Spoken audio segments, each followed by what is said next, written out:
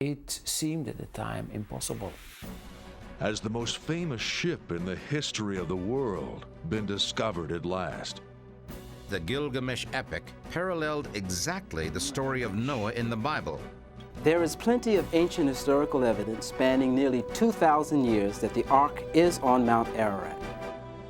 The location of the mystical Mount Sinai itself is the subject of relentless argument. The biblical story of the burning bush is completely true and totally provable. It must have seemed to Moses that God was asking him to do the impossible. In the book of Matthew, we're told that the graves were opened and the bodies of many dead saints were raised to life. During the night, all of Sennacherib's army had been struck down by some kind of plague. Mary Magdalene was a woman of independent means and spirit. For nearly 2,000 years, she's inspired millions of people, especially women. The Grail is believed by many to be the cup containing the wine that Christ associated with his blood at the Last Supper. According to the legend, only Sir Galahad was able to reach it, dying in a moment of transcendental glory. The sound of pottery shattering caught his attention. The curiosity of the world was ignited. The Dead Sea Scrolls date back almost 2,000 years. Along with the many papyrus and leather scrolls was a scroll made of copper. As Herod's men attempted to open the tomb, a blast of flame filled the chamber and drove them back. God said, let the waters under the heaven be gathered together into one place. And the stars of heaven fell unto earth. Fires are burning all over the city, several plane crashes with countless calls keep coming in. Complete chaos is the only way I can describe the situation. For the great day of his wrath is come. It turns out that Bible prophecy has an unparalleled record of accuracy. The focus of the conflict lies in the destiny of Jerusalem. This will be the last great battle, and one in which God himself will eventually take part.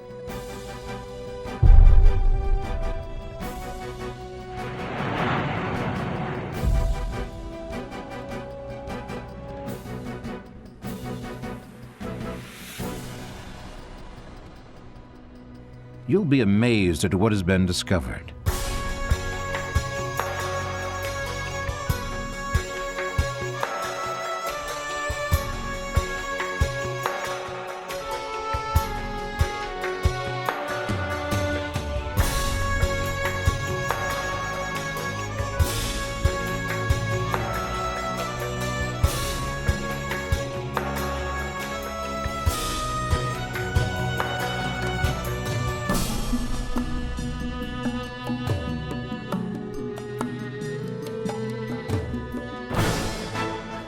The Bible is the oldest continuous history of any people on earth today. But is it truly history? Can we say with any degree of certainty, for example, that the miraculous stories attributed to Moses are factual? Let's see what we can learn from those who seek answers in the depths of uncharted waters. Answers that have been waiting to be discovered since Moses crossed the Red Sea. There's an old saying among the Jews that goes, "From Moses to Moses, there is no one like Moses." The reference bridges a gap of nearly 4,000 years from the Moses of the Old Testament to the great 12th century rabbi Moses Maimonides. It is intended as an expression of the great honor and respect the Jewish people still hold for the prophet and leader who they believe brought their ancestors out of slavery in Egypt. Through Moses, they escaped the vengeance of the Pharaoh when God opened a passageway through the Red Sea. But what do we know of this man, Moses? And how did he get to such an exalted position? The Bible gives a remarkable account about the history of the man known as Moses. According to the story in the book of Exodus, the Israelites were a people that had been enslaved by Egypt and were growing in number, much to the concern of their Egyptian slave masters. Because of this, the Pharaoh ordered all male infants of the Hebrews to be slain. A young mother, one of the enslaved Israelites, could no longer protect her infant son. She put him in a basket and set him afloat on the Nile River near the palace of the Pharaoh. Pharaoh's daughter, the princess of Egypt, found the basket and took the infant to raise as her own. She called the child Moses because she said she drew him from the water. Raised in royal surroundings, it was not until Moses reached manhood that he first discovered he was an Israelite. It was then that he began to identify with his true heritage. Actually, the truth of the story of the Exodus depends on the answer to 3 questions. Did the 10 plagues summoned by Moses against Egypt actually occur? Was there really an enslaved people called the Isrælites who made a great exodus out of Egypt, led by a man who received his instructions from a burning bush? And is it possible that the Red Sea really parted, as stated in the Bible? The answers to these questions will determine whether we're dealing with a miracle or a mirage. And today, there is little agreement among the experts. 2 of the world's great religions base many of their beliefs, even their geopolitical systems, on events and declarations from Mount Sinai. The historic record dates back thousands of years. Why is it then that nobody seems to know exactly where Mount Sinai is? Were the tablets of the 10 Commandments literally carved by the finger of God into stone from this mountain? The sons of Isaac and the sons of Ishmael have been at war for over 4,000 years, and today's headlines demonstrate that, if anything, the situation is getting worse. Could it be that the ancient mountain of Moses will once again be crucial to the very survival of Israel? Astonishing mysteries are beginning to be solved, and a new picture is coming to light. Will these discoveries necessitate a rewriting of human history? The idea that hundreds of thousands of Israelites passed through the Red Sea is crazy. The Bible says that there were 603,000 males, which means over 2 million people who passed through those waters. It most likely would have taken several weeks for all those people just to cross. The whole idea is crazy. The biblical story of the Exodus is an eyewitness account written by a layman to his contemporaries. Although the writer was not a scholarly historian, there are enough historical kernels indicating that the account is factual from both an archaeological and Egyptian anthropological perspective. On the face of it, a story about a burning bush is pure fiction, or at least mythology. It smacks of pious enthusiasm. The idea that a bush can be burned and still not be consumed is just not within the realm of possibility. The biblical story of the burning bush is completely true and totally provable. Archaeology provides background information for unlocking narratives and events such as the Exodus account. In this case, the account contains sufficient place names cross-referenced in non-biblical Sumerian and Assyrian cuneiform tablets to confirm the accuracy of the Exodus account, and to assure scholars that it was not an account invented for later consumption. From the burning bush to the parting of the Red Sea, the story of the Israelites' exodus out of Egypt has been a constant source of disagreement among the experts. Faster, you lazy dogs!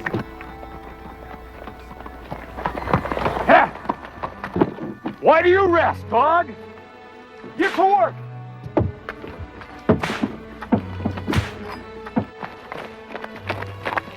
Moses began to take a deeper, more sympathetic interest in his own people. When he began to witness their ill treatment, his anger and resentment began to grow toward the Egyptians. Stay your hand, pitmaster! Why do you lash this man? Man? These are not men, my lord, but lazy dogs, and the scourge is the only language they understand. Now get to it! Stay!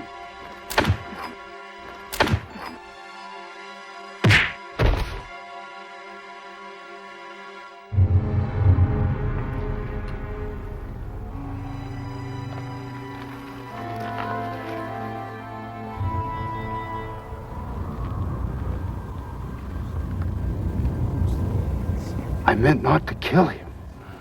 Moses tried to secretly bury the Egyptian in the sand, but was found out and had to flee to the wilderness of Midian to escape the Pharaoh's death sentence.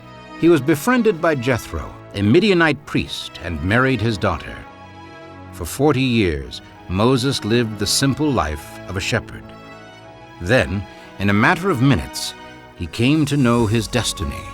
I am the God of Abraham, Isaac, and Jacob. I have seen the misery of my people who are enslaved in Egypt. You, Moses, are going to go to Pharaoh and lead my people out of their bondage in Egypt. Who am I to lead the Israelites out of Egypt? Why should Pharaoh listen to me? Do not fear, for I shall be with you. Moses' encounter with the burning bush is one of the most memorable stories in the Bible, and certainly one of the most controversial. We are told that not only did the bush burst into flame, but it was not consumed by the fire. The story has long been questioned by Bible critics, so we went to Israel to question the experts there on the subject. At the foot of Mount Sinai, one finds the monastery of St. Catherine. The local story of the shepherds, the nomadic people, the Bedouins, do hold that the actual bush that is found inside the monastery is still the same bush. I can't confirm or reject that the bush growing at the monastery was the actual burning bush, but it is a specific desert plant that fits the biblical description.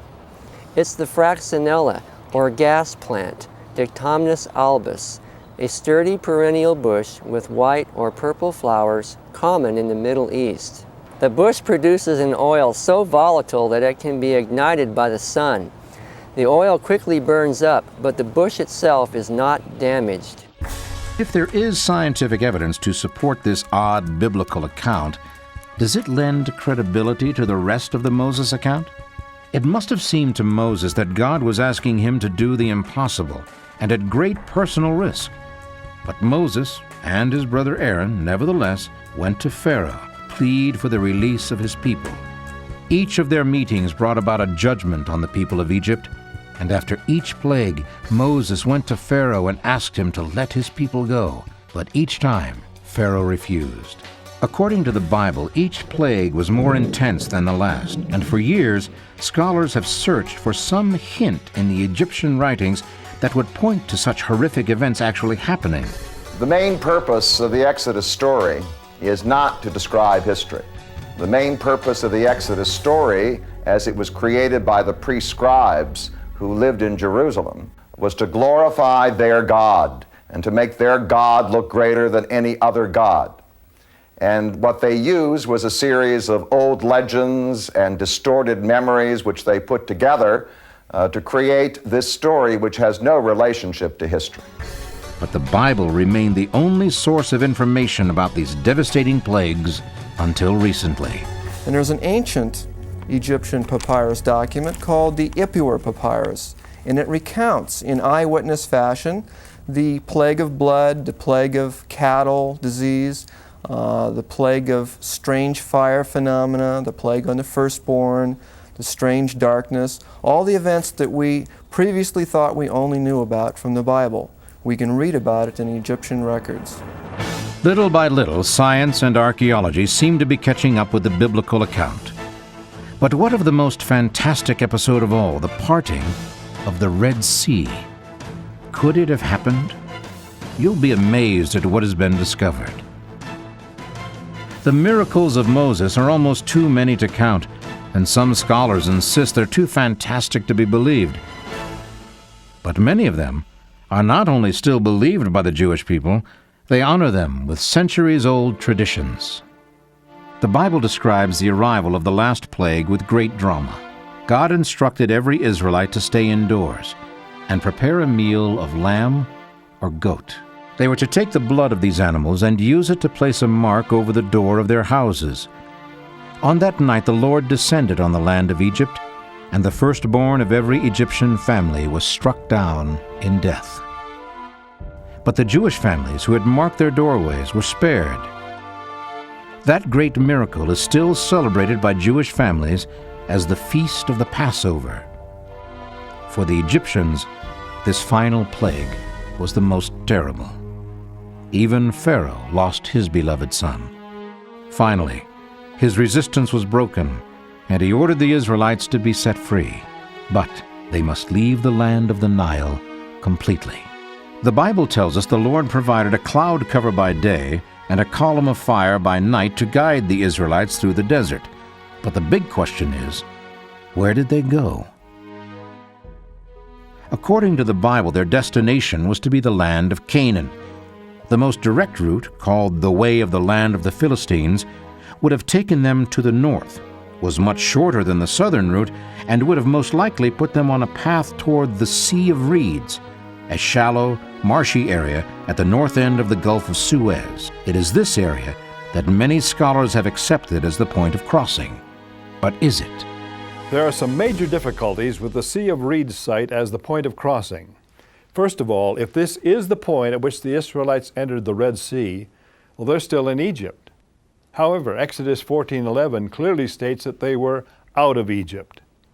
Now, in this verse, the panicking Israelites understood that they were no longer in Egypt because they asked, "What have you done to us by bringing us out of Egypt?" Were there no graves in Egypt, Moses, that you led us out here into the wilderness to die? Did we not speak to you in Egypt of this? Did we not tell you to let us be? Also, the crossing place is not a shallow Sea of Reeds or inland lake as some have affirmed.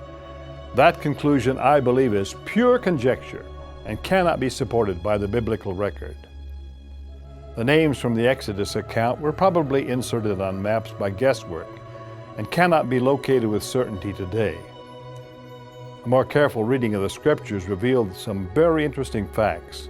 First of all, the waters they crossed were deep, really deep. Isaiah, for example, talks about a path through the mighty waters and acknowledges that it was God who dried the sea, the waters of the great deep, Isaiah 51:10. Well, that hardly sounds like 2.5 million people sloshing through a shallow swamp somewhere. The route specified in Exodus 13:18 would seem to require a crossing site somewhere along the southern shore of the Gulf of Aqaba, with a beach large enough to accommodate the entire nation of Israel, along with their immense herds and flocks. When the Israelites reached the Red Sea, they were instructed by God in Exodus 14:2 to turn back and camp by a place called Pi-hahiroth, which is between Migdol and the Red Sea. It appears that God was laying a trap for Pharaoh.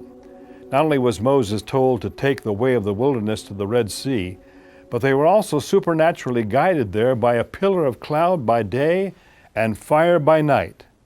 Now they're told to turn back and await the deliverance of the Lord. It's easy to see how Pharaoh could have considered them trapped. Perhaps the Pharaoh was convinced the Hebrews were in a situation where he couldn't possibly lose, which gave him the courage to tempt God's anger one more time. Perhaps Moses even wondered himself how God would save his people this time, but his faith was unshakable.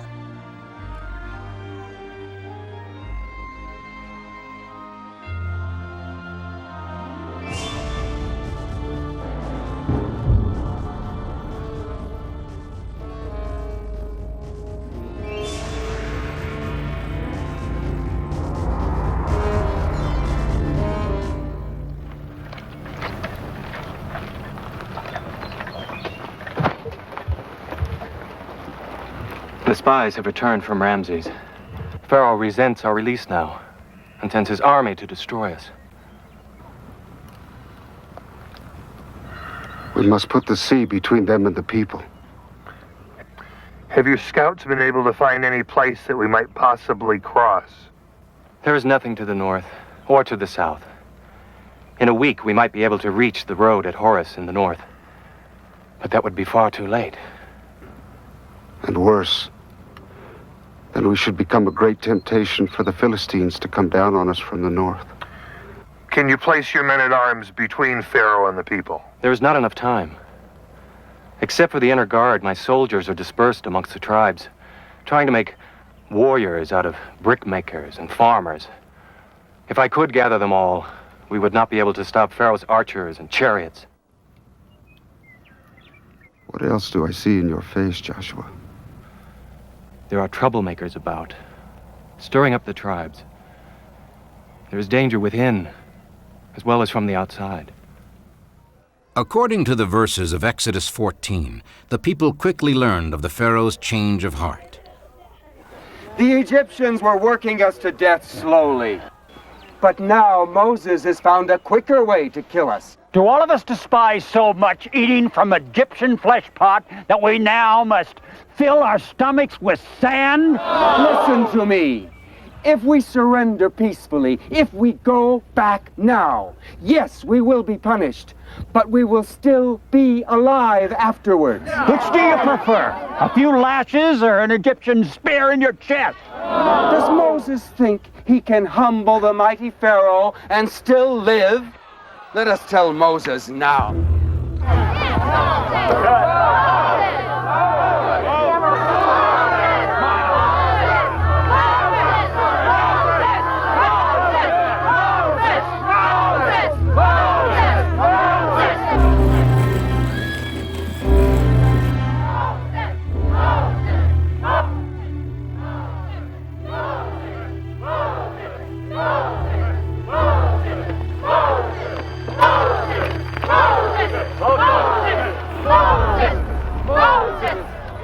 Behold what you have done to us, O mighty Lord Moses. Do you not see the dust clouds of doom? Do you not hear the earth thundering with the sound of Pharaoh's chariots? I see, and I hear. What would you have me do? Make me your emissary. I will go back to the Egyptians, reason with them, beg to return and be forgiven. Emissary? I will cleave you in two, you traitorous turnip! Let us hear it all. Were there no graves in Egypt, Moses, that you led us out here into the wilderness to die? Did we not speak to you in Egypt of this? Did we not tell you to let us be? All of us, we told you that it was better to live under the heavy hand of the Egyptians than to die like diseased animals in the desert. But you wouldn't listen. Not the mighty Lord Moses. Do we want to die out here? No! Or would we be alive in Egypt? Yes! Peace! Peace! Still your tongues! Where is your faith? Do you think the Lord brought you out of bondage in Egypt to die on the shores of this sea? Fear not the Egyptians and their chariots. You need do nothing but be still and turn your fears into faith. Then you will see God's power.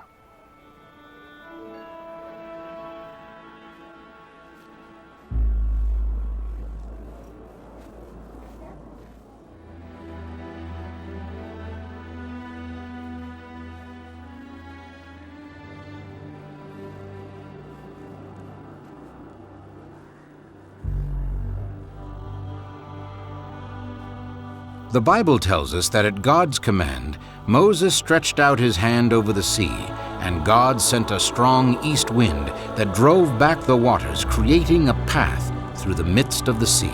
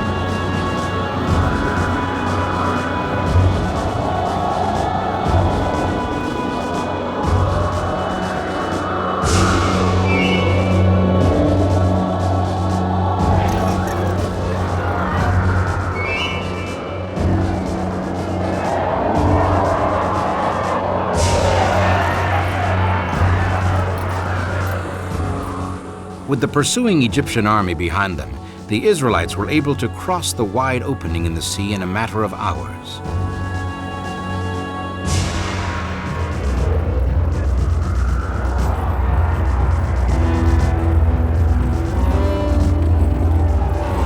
Pharaoh's army, with hundreds of chariots and thousands of soldiers, followed the Israelites into the sea.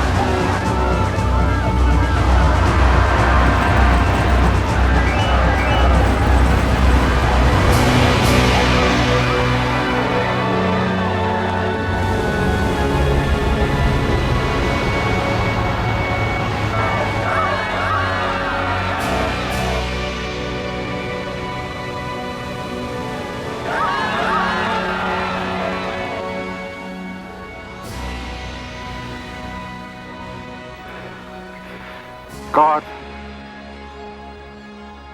thy will be done.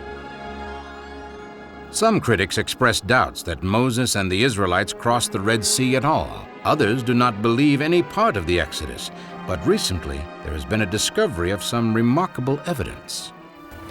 There are certain hallmark pieces of pottery that we look for in attempting to trace the Exodus event and the migration of the Israelites into the land of Canaan.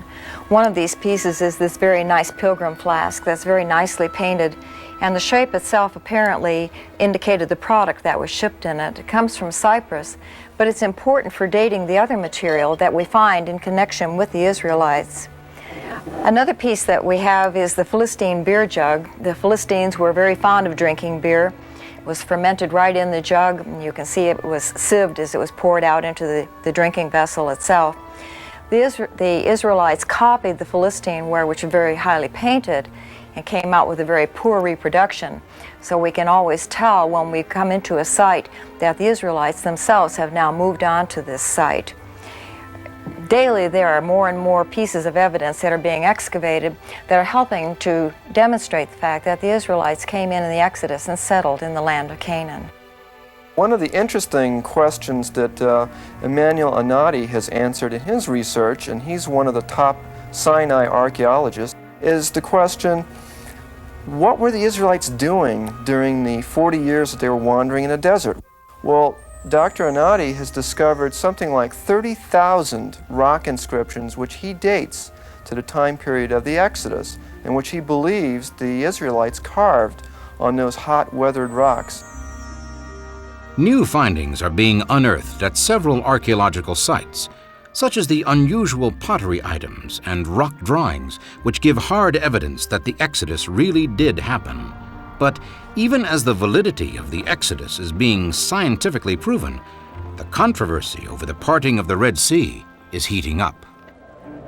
Recent discoveries by some researchers seem to point to a crossing site near the mouth of the Gulf of Aqaba, where the Red Sea is only about 5 miles wide. At this site in 1799, Napoleon's engineers discovered an underwater ridge some 600 feet wide that extended from shore to shore. His engineers calculated the right time for crossing this 5.2-mile strip when the east wind would blow sufficiently to clear the seabed of water. Napoleon, however, barely escaped with his life when a sudden change in the wind's direction brought an onrush of water covering this strip within just a matter of minutes. Professor Doran Knopf of Florida State University also found this an intriguing site. We were intrigued by the possibility that perhaps there is some explanation for a similar process. So what we did, we developed what we call in physical oceanography a mathematical model of the part of the Red Sea where many people believe that crossing could have been. Okay, what we have here now is a physical model of the Red Sea. The deep part supposed to represent the main body of the Red Sea, which is about 2,000 or 3,000 feet deep. And the shallow part, with the one with the sloping bottom, supposed to represent the Gulf, which is much shallower. As we said before, it's about 100 feet deep. In addition to this, we introduced here an artificial ridge, which you see right here. And the depth of the water above that artificial ridge is only about 10 feet high. Okay? And what I'm going to do is I'm going to let the wind blow from here, and you will see how the water recedes and in fact exposes the ridge to the air.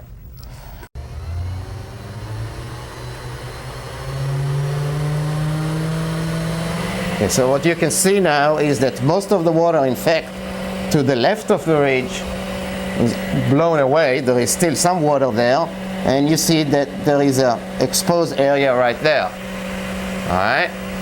So the idea is that the Israelis crossed on this part of the ridge which was exposed, and they saw water on the two sides, right? They saw the water on the left side of the ridge and the water on the right side. And I'm going to cut the wind off now, and I'm going to do that abruptly, and you will see how it comes back. So let's do that. And of course, what happens after that is that when the wind relaxes, the water wants to come back to the position that it had before, and it does that via a gravity wave, which moves at the speed we calculated to be like 15 feet per second or so, which is, of course, a speed that one cannot escape.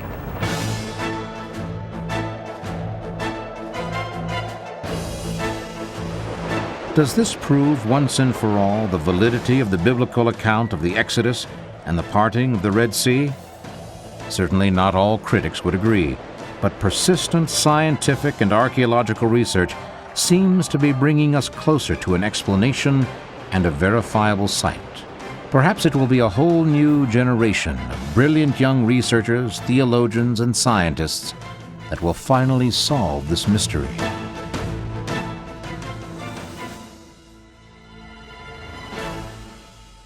Two of the world's great religions, Christianity and Judaism, base many of their beliefs, even their geopolitical systems, on events and declarations from Mount Sinai.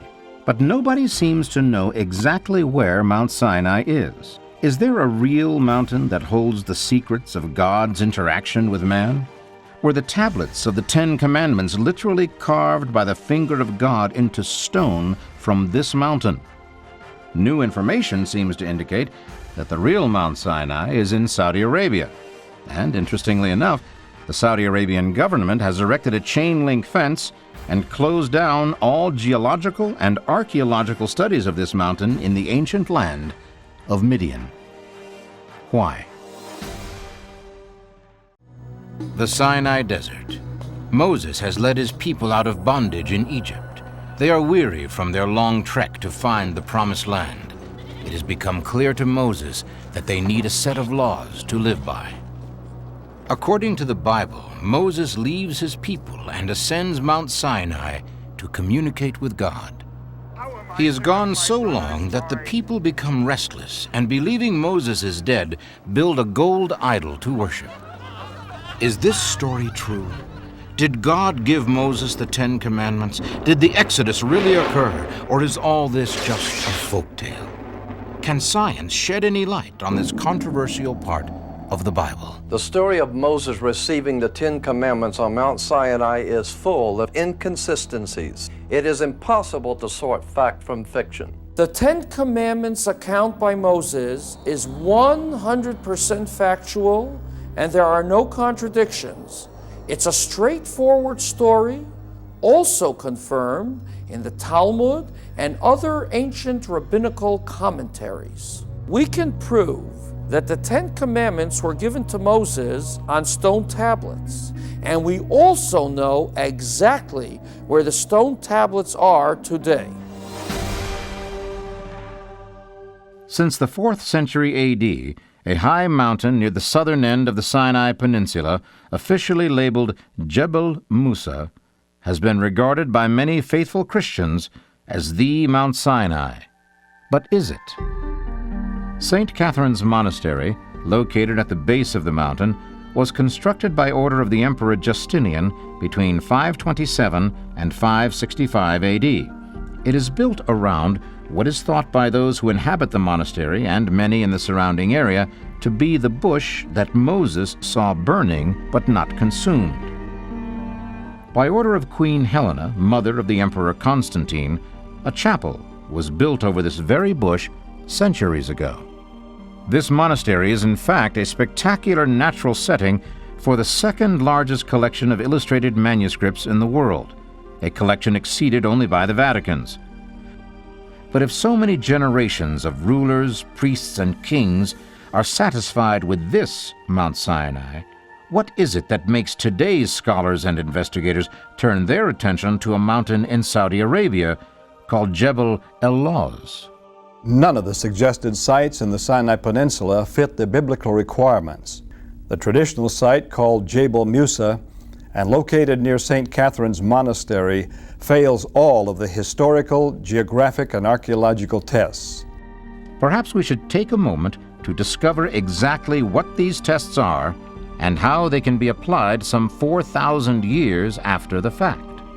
To summarize the story briefly, a young Moses, raised as an Egyptian prince, was forced to flee into the desert to escape the wrath of Pharaoh after he killed an Egyptian overseer who was beating a Hebrew slave. One day, while grazing his flock on the slopes of Mount Sinai, he encountered a marvelous sight. A bush suddenly burst into flame, but it was not consumed, and out of the burning bush, Moses heard the voice of God. I am the God of Abraham, Isaac, and Jacob. The life of Moses would never be the same. The Lord told him to return to Egypt and bring the Hebrews out of bondage. This was to be the great exodus out of Egypt and into the Promised Land. Probably due to the many years in Egyptian bondage, the differences among the various tribal groups were much greater than their similarities.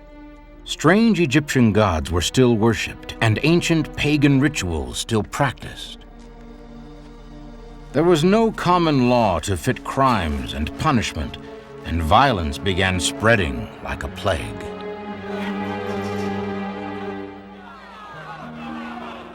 It soon became apparent to Moses that these differences would destroy the people if they could not be resolved. Brothers, please! We must all... The Bible says that God called upon Moses to climb the heights of Sinai, and there to wait upon his appearance. Then, while Moses prepared his brother Aaron to sit in his place, the news spread quickly through the camp.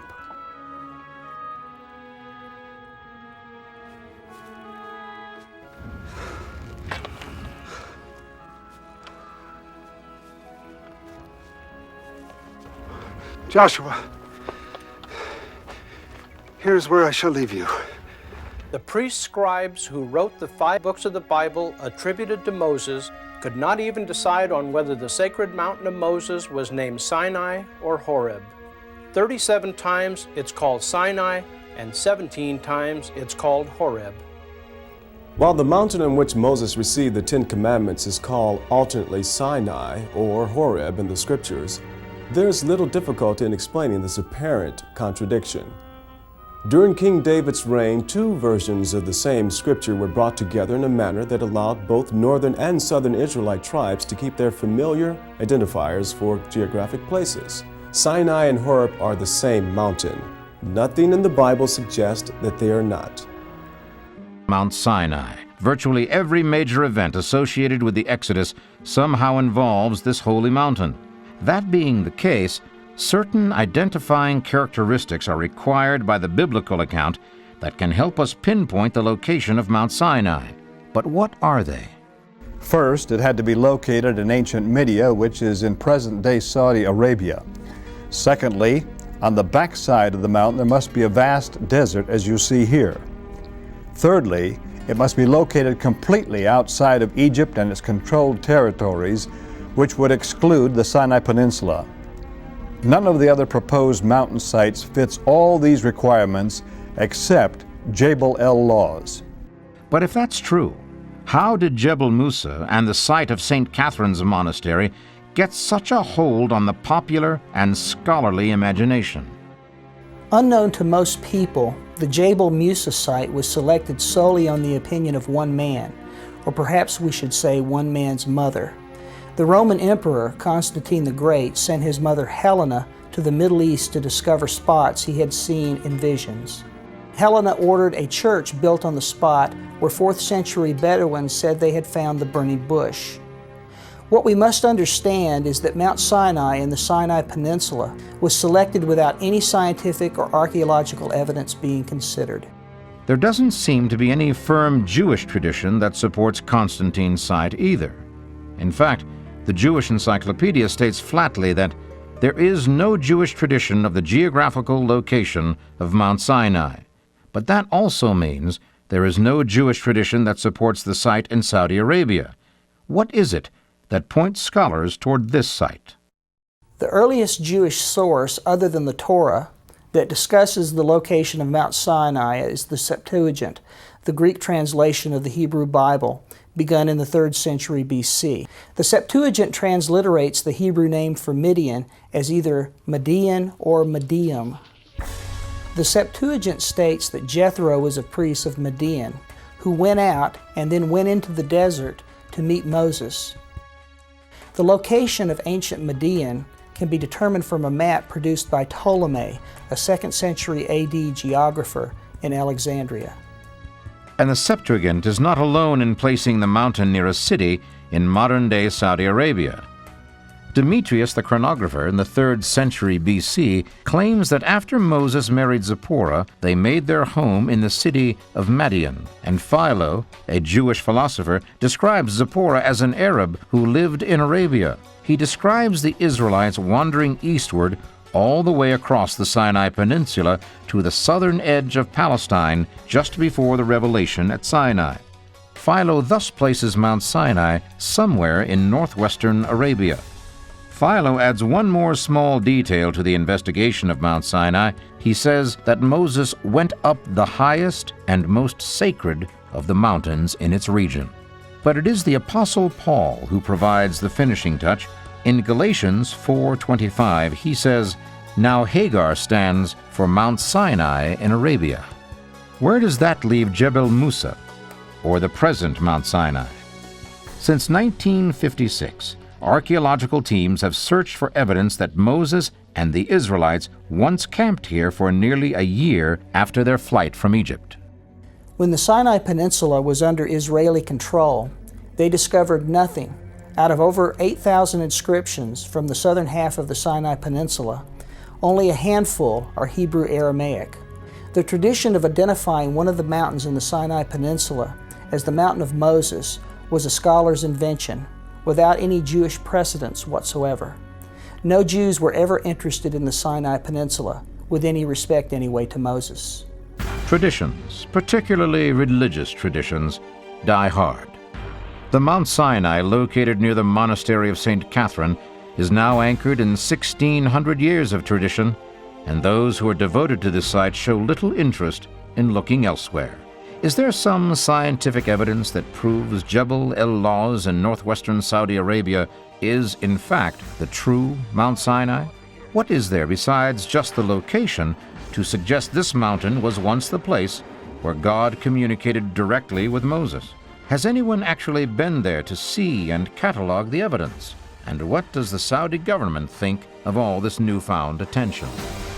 Aaron's heart was troubled, but the plotters leaped with delight when Aaron put the idol upon the altar of stone.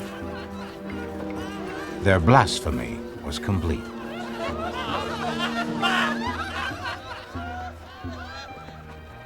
God already knew of their idolatry and was set on destroying the Israelites when Moses interceded and with the 10 Commandments hastened down the mountain to confront the Israelites.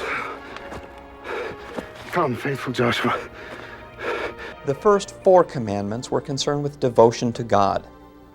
The fifth commandment demanded respect for one's parents and set the standards for human relations and civil law. Murder, adultery, and theft were outlawed by the next three commandments, indicating the sacredness of life, marriage, and property. Israelites were not to offer false evidence in courts, and by this commandment the sacredness of justice was set forth. The final commandment demanded that one's heart and mind not covet a neighbor's possessions.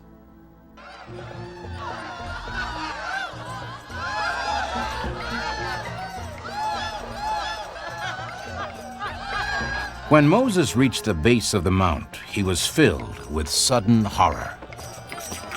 Oh, Israel! What have you done?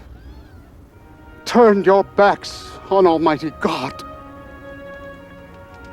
Even as Jehovah our Lord has made you his chosen people, you would go whoring after false gods. Must you make an abomination in your own house? Oh, Israel, you are not worthy to receive the law of God.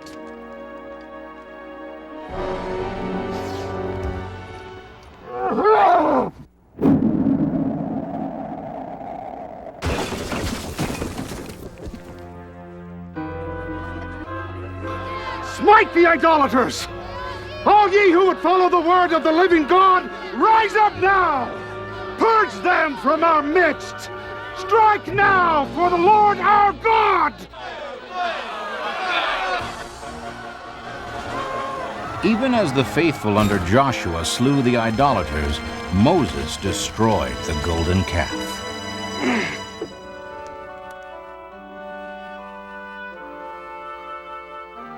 But even while the terrible fires of vengeance burned through the camp, forgiveness and reconciliation were already beginning.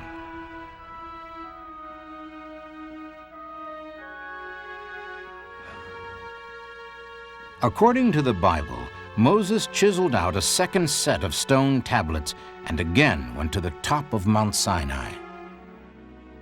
The Bible is very clear. God originally wrote the Ten Commandments on stone tablets of his own making and gave them to Moses. After Moses smashed the original tablets when he saw the Israelites worshiping the golden calf, Moses cut another set of tablets and God wrote on those too. There's really no significant evidence in the Bible of a third set of stone tablets. Any reference to a third set comes from a misinterpretation of one passage where the Bible is really telling about the second set of tablets. Most of the places mentioned in Exodus are unknown. Scholars and investigators are still searching for the point at which the children of Israel might have crossed the Red Sea. No one knows where they might have first set foot in Sinai, and the location of the mystical Mount Sinai itself is the subject of relentless argument. Lately, however, modern technology has begun to have an impact on the discussion. Infrared satellite photography, for example, is helping to provide a clearer picture of the actual location of this fabled mountain. With satellite infrared photography, there have been major archaeological discoveries found throughout the world. There's a trail that comes down the west branch of the Red Sea. The left-hand branch of it comes down to the tip of the Sinai Peninsula, stops there. It appears to come out the other side and then wanders north to the highest mountain in the area, Jabal al-Lawz. And we did find what I think is important archaeological evidence that something took place at Jabal al-Lawz. Larry Williams, who might best be described as an adventurer, as opposed to, say, an archaeologist or scientist, enlisted the services of Robert Cornuke, a former policeman with a reputation for bravery, and the two men literally sneaked into Saudi Arabia and made their way to the mountain called Jebel el-Lawz on modern maps, but which 4 years earlier had been described as the real Mount Sinai by amateur archaeologist Ron Wyatt. In 1988, we retraced the Exodus route from the tip of the Sinai Peninsula into Saudi Arabia, using the Bible and satellite imagery to find the actual route. Inland, 33 kilometers, we found the bitter springs of Marah mentioned in Exodus 15. This dirt sample from the springs has been chemically analyzed and was found to contain excessive iron and dissolved salts, making it very bitter. Continuing along the route, we came to the clear water springs mentioned in Exodus 15:27. Here, caves were being excavated by Saudi archaeologists. They said they had found the writings in these caves indicating that Moses had come through this area. The tomb of Jethro, the father-in-law of Moses, and Zipporah, the wife of Moses, were found in these caves. And we did find what I think is important archaeological evidence that something took place at Jabal al-Lawz. We found at the base of this mountain 12 pillars, 18.5 feet in diameter. Why not 7? Why not 11? Why 12? With 12 tribes of Moses fitting so perfectly into that scenario. Additionally, on the flat in front of this mountain, we found a large pile of rocks about 24 feet tall. There's a petroglyph of an Egyptian, not an Arabic drawing, but an Egyptian drawing of the golden calf. And additionally, at the base of the mountain, we found kind of a wing-shaped formation, foundation pointing towards the mountain, and there we found marble. Round marble stones. This is some of the stone of it. This rock is not indigenous to that area of Saudi Arabia, let alone to Saudi Arabia. An encampment area large enough for an estimated 1 to 2 million people is a major factor in determining the location of the real Mount Sinai, and a source of water for a group that large would be essential for an extended stay of even a month, let alone a year. But the Bible provides other clues as well. How does Jabal al-Lawz measure up in some of these more obscure requirements? We found the top of the mountain to be black, as if the rocks had been burnt, possibly confirming biblical scripture that the Lord descended upon it in fire and smoke. Archaeologists have identified another small footnote to the Mount Sinai argument having to do with the tablets of the law, or the 10 Commandments. Unlike other law codes, such as the Code of Hammurabi, which was written on an 8-foot stela and stood out in the open air, the 10 Commandment tablets were portable and designed to be kept as a sacred treasure. Although ancient Egyptian and Babylonian stelas, tablets, and wall reliefs were usually done in limestone, basalt rock, or diorite, there is strong evidence that the 10 Commandment tablets were done in granite or marble, rock types that are found at the Jabal al-Lawz Mount Sinai site in Saudi Arabia.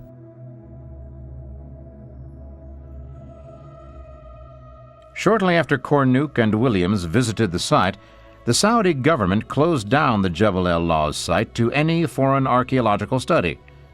They also erected a chain-link fence and placed a military guard around the mountain to prevent even clandestine exploration of the site. The Saudi government is in a very difficult political position.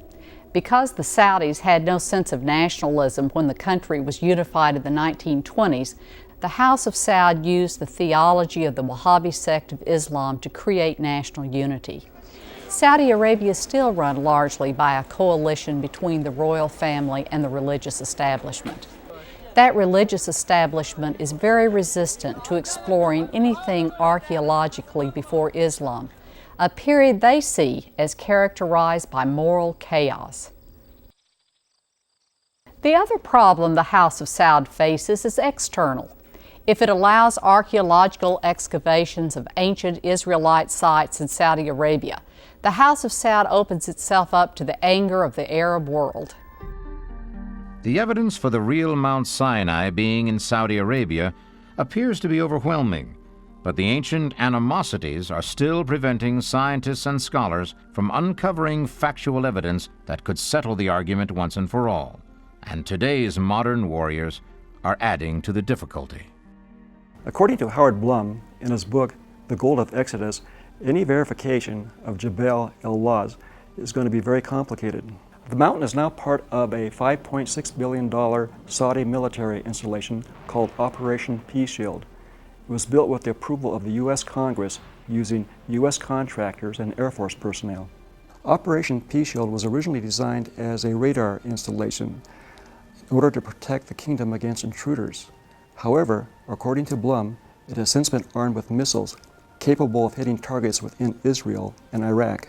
It is ironic that what some investigators believe to be the true Mount Sinai, the place where the law was given for the preservation of Israel, could potentially be used for the destruction of Israel. Does this mean, then, that we may never really know whether or not this is the Mount Sinai on which Moses received the Ten Commandments? Or is there some hope for future exploration? We need permission for a competent, trained archaeologist to go in and excavate and record the material carefully and submit it for review by other scholars, because there are too many gaps in our knowledge. Whether or not this is proven to be the mountain where Moses stood in awe before the burning bush, there appears to be considerable evidence that Mount Sinai is located somewhere in northwestern Saudi Arabia. And if the Exodus account is true, that mountain will be blackened by heavenly fire.